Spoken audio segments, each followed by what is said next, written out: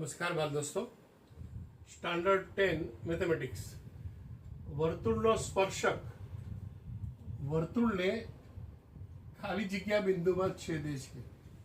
હવે અહીંયા એક આ વર્તુળ આપેલું છે, ઓ કેન્દ્રીય એક વર્તુળ છે, એના પર અહીંયા એક બિંદુ છે એ, વર્તુળના પરિઘ ઉપરનું બિંદુ એ, એમાંથી કોઈ એક ટેન્જન્ટ એટલે કે સ્પર્શક પસાર થતો હોય એવા કેટલા સ્પર્શક હોય તો ફક્ત કેટલા બિંદુમાં છેદે તો આપણે કહી શકાય કે એ બિંદુ એટલે કે એક બિંદુમાં છેદે છે.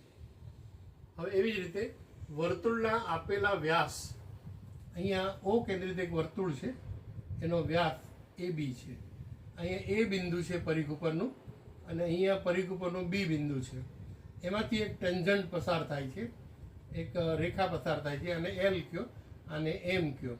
તો વર્તુળના વ્યાસને સમાંતર, તો આ વર્તુળનો વ્યાસ છે એને સમાંતર રેખા બે છે, એક અને એક બે, તો એવા વધુમાં વધુ કેટલા સ્પર્શકો હોય તો એક અને એક બે, વધુમાં વધુ બે સ્પર્શકો હોય.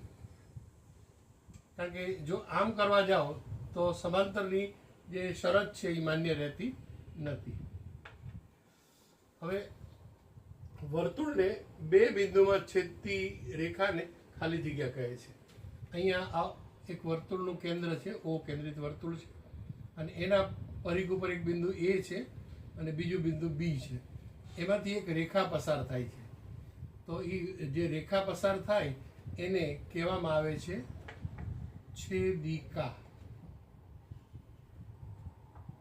તો આપણે ત્રણ વાત આપણે જોઈ.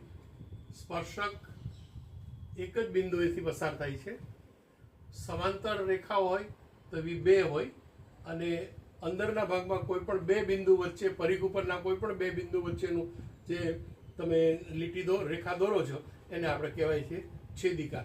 આ છેદિકાની ડેફિનિશન છે, અને વધુમાં વધુ બે બિંદુ છે અને એક બિંદુમાં સ્પર્શે છે.